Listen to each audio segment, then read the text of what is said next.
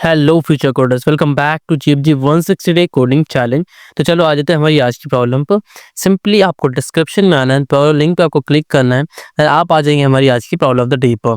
ठीक है, तो हमारी आज की डीपी की 100 डीपी की कौन सी प्रॉब्लम है, हमारी 15th प्रॉब्लम है डीपी की। एंड आज का हमारा डे है 124, सॉरी 124, 124वां दिन है हमारा। पार्टीशन इक्वल सबसेट प्रॉब्लम है हमारे पास में।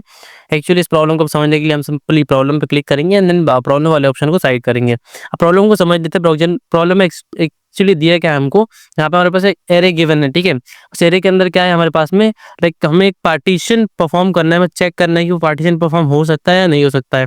पार्टीशन की कंडीशन ये है कि जब पार्टीशन करेंगे तो जो पहला पार्ट होगा, जो दूसरा पार्ट होगा, उसमें जो एलिमेंट्स होंगे उनका जो समीशन होगा वो इक्वल होना चाहिए। ठीक है, एंड यहाँ पे देखो एक नोट भी दिया है कि each element must be exactly one subset, मतलब कि एक सिंगल एलिमेंट ले लिया और बाकी एलिमेंट्स को ले लिए। तो अगर सिंगल एलिमेंट का जो मतलब वैल्यू है वो बाकी सबके सम के बराबर हो जाता है तो भी यहाँ पर पार्टीशन हमारा ट्रू हो जाएगा। ठीक है, तो समझ लेते हैं एक्चुअली कैसे होगा। देखो यहाँ पे एरे ऑफ वन, एरे जो हमको दिया हुआ है 1, 5, 11 एंड 5 हमारे पास वैल्यूज है उसके अंदर। आउटपुट ट्रू आ चुका है। कैसे आ चुका है देख लो, यहाँ पे 1 + 5 इक्वल टू 11। ठीक है, तो ये हमको पता है। और एक पार्टीशन यहाँ पे सक्सेसफुली हम कर सकते हैं जिसमें हमारे दो अलग अलग पार्ट होंगे। पहले पार्ट का जो सम होगा दूसरे पार्ट के सम के इक्वल में हो जाएगा। ठीक है, तो नेक्स्ट वाला देखो 1, 3, 5। ठीक है, तो यहाँ पे आउटपुट क्या आ गया, फॉल्स आ गया। क्यों? क्योंकि यहाँ पे ऐसा कोई कॉम्बिनेशन नहीं है, यहाँ पे ऐसे कोई दो पार्टीशन बन ही नहीं रहे जिनका जो सबमिशन मैं करूँ तो दो अलग अलग पार्ट का सबमिशन करने पर मुझे इक्वल सबमिशन फाइंड आउट हो जाए। ठीक है, तो यहाँ पे आउटपुट फॉल्स आ चुका है। कंस्ट्रेंट की बात अगर यहाँ पे मैं करूँ तो एरे का साइज हमें 1 से लेके 100 तक हमें यहाँ पे देखने को मिल रहा है। ठीक है, एरे का इंडिविजुअल एलिमेंट जो होगा उसकी वैल्यू जो होगी 1 से लेके 200 के बीच में लाई करेगी। ठीक है, मैंने यहाँ पे कंपनी टेक की बात करें तो बड़ी कंपनीज में क्वेश्चन पूछा जा चुका है। जो टॉप कंपनीज होती है, टॉप टेक कंपनीज होती है, उनमें क्वेश्चन पूछा जा चुका है। ठीक है, टॉपिक 10 की अगर यहाँ पे मैं बात करूँ तो डायनेमिक प्रोग्रामिंग की जैसे हम प्रॉब्लम सॉल्व कर रहे थे वो हमारे टॉपिक 10 में आना है, तो जाहिर सी बात है। ठीक है, एंड यहाँ पे सबसेट प्रॉब्लम है हमारी, एंड एल्गोरिथम हमको यहाँ पे दिया हुआ है टॉपिक 10 में। अब कॉम्प्लेक्सिटी की मैं यहाँ पे बात करूँ तो हमारा कॉम्प्लेक्सिटी में दिया है हमको, टाइम कॉम्प्लेक्सिटी की बात करें तो order of sum of array multiply by n, यानी एक्सोरियल स्पेस की बात करें तो सम ऑफ एरे हमारे पास में एक्सोरियल स्पेस में दिया हुआ है। ठीक है, अब राइट साइड पे कोड एडिटर पे आ जाते हैं हम।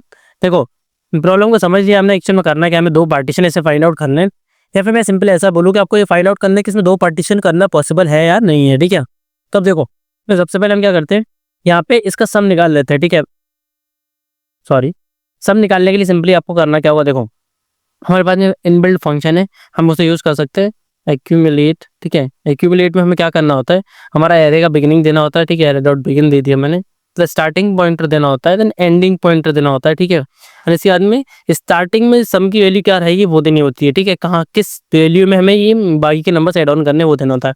तो एक्यूमुलेट करके मैंने एरे का इंटायर सम ले लिया एंड देन वो हमारे सम वेरिएबल में आ चुका है। ठीक है, यहाँ पे कंडीशन में ये चेक करूँगा कि अगर हमारा सम जो है वो मोड बाई 2 करते हैं हम उसे। ठीक है, नॉट लगा देता हूँ यहाँ पे, not sum of mod by 2। इसका मतलब क्या है कि अगर वो 2 से पूरा पूरा डिवाइड हो जाता है, सॉरी 2 से अगर पूरा पूरा डिवाइड नहीं होता है तो ये कंडीशन हमें चेक करनी थी कि ये नोड वाला हटा देता है। अगर 2 से डिवाइड किया मैंने, से मोड किया, मोड का मतलब वो क्या होता है कि अगर पूरा पूरा डिवाइड हो जाएगा तो मोड की वैल्यू आ जाती है 0।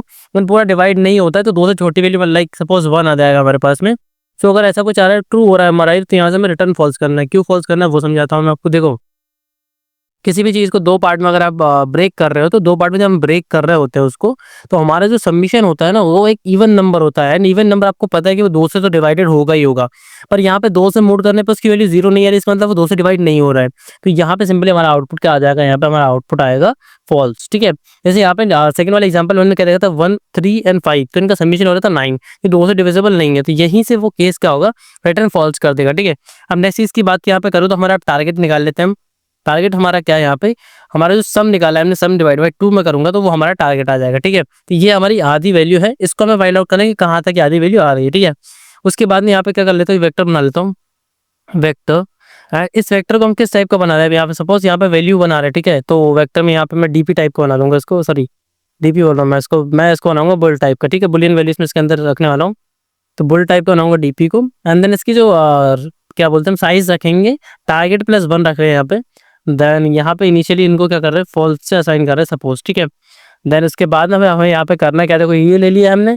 इसके बाद हमें यहाँ पे लेना क्या है, हमारा साइज लेना है। ठीक है, हमें साइज में भी लेना पड़ेगा कि हम क्या करेंगे, इंडेक्सिंग के अकॉर्डिंग उन वैल्यूज को सेट करेंगे। ठीक है, तो यहाँ पे मैंने ले लिया n equal array dot size. ठीक है, एरे डॉट साइज मैंने यहाँ पे ले लिया। देन उसके बाद हमें क्या करना है, अब यहाँ पे सिंपली हमें लूप रन कराना है, ठीक है। अब लूप कैसे रन कराना है वो मैं आपको समझाता हूँ, लेकिन उससे पहले हमें क्या करना होगा, बेस कंडीशन, जो हमारी बेस कंडीशन रहेगी उसके लिए हमें यहाँ पे वैल्यूज को सेट करना पड़ेगा, ठीक है।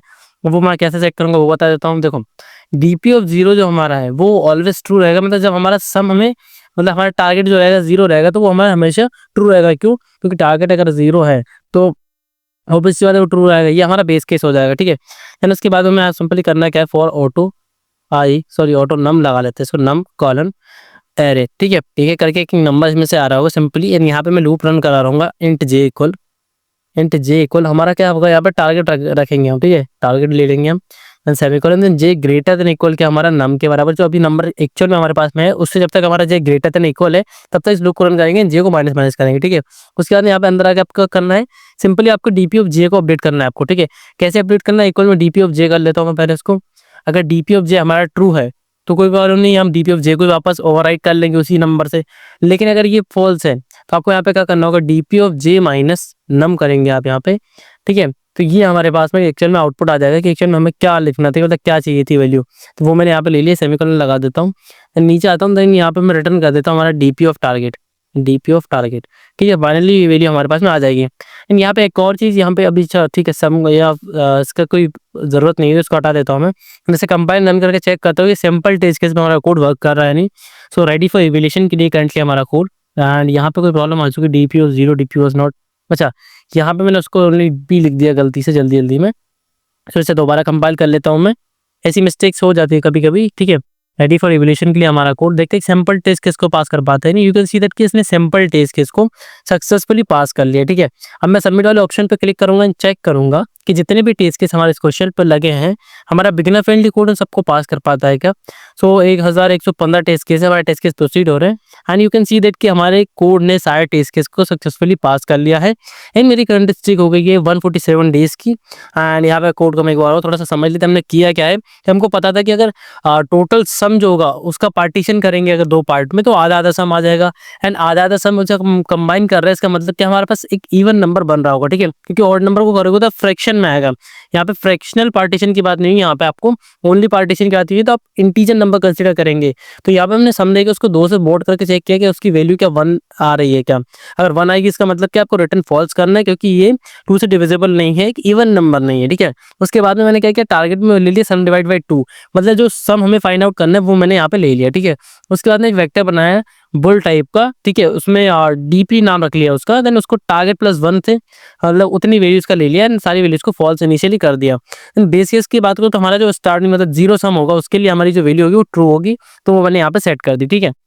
उसके बाद सिंपली मैंने क्या यहाँ पे देखो जो हमारा नाम है उस मतलब एरे के अंदर से एक फॉर ईच लूप लगा है। फॉर ईच लूप का मतलब होता है कि जो एरे है उसमें से एक एक करके वैल्यू आ रही होगी एक पर्टिकुलर वेरिएबल के अंदर, जैसे नम नाम से यहाँ पे वेरिएबल बनाया तो उसके अंदर एरे की एक एक वैल्यू उठ के आ रही होगी, ठीक है। फिर उसके बाद में उस वैल्यू के लिए मैंने यहाँ पे इनर लूप चलाया जो क्या कर रहा है, टारगेट से स्टार्ट हो रहा है और उस वैल्यू तक जा रहा है, ठीक है। और उस वैल्यू तक जितनी वैल्यूज आ रही है उनको अपडेट कर रहा है। कैसे अपडेट कर रहा है, उनके इंडेक्सेस पे अपडेट कर रहा है कि अगर वो जो करंट वैल्यू है अगर वो ट्रू है तो ठीक है, या फिर उसके पीछे वाली जो वैल्यू है जे माइनस नम वाली वैल्यू जो है उसको उस पर जाके उस पर जो वैल्यू रखी है उसको लाके इस करंट वाले इंडेक्स पे रख देगा, ठीक है। तो ऐसा करके वो फाइंड आउट कर रहे हैं। सो यहाँ पे लास्ट में आके मैंने target of like DP of target मैंने रिटर्न कर दिया। इन केस कहीं भी ऐसा होता है कि यहाँ पे सपोज कि जे की वैल्यू क्या हमारे टारगेट होती है हमेशा स्टार्टिंग में, जे की वैल्यू अब टारगेट है और उसके बाद में यहाँ से ट्रू आउटपुट आ जाएगा, ठीक है। एंड ट्रू आउटपुट एक बार आ गया तो इसका मतलब क्या, सिंपली यहाँ पे हमारा आउटपुट यहाँ पे ट्रू रिटर्न हो जाएगा। देन सपोज कि यहाँ पे ट्रू आउटपुट कहीं पे आता ही नहीं है तो इसका मतलब क्या है, हमारे पास में सिंपल यहाँ से हमने स्टार्टिंग में फॉल्स से सारी वैल्यूज को फिल कर रखा था तो फॉल्स वैल्यू को यहाँ पे रिटर्न कर देगा। So thanks for watching this video. We will meet in the next video and solve the next problem of GFG 163 coding challenge. Thanks for watching.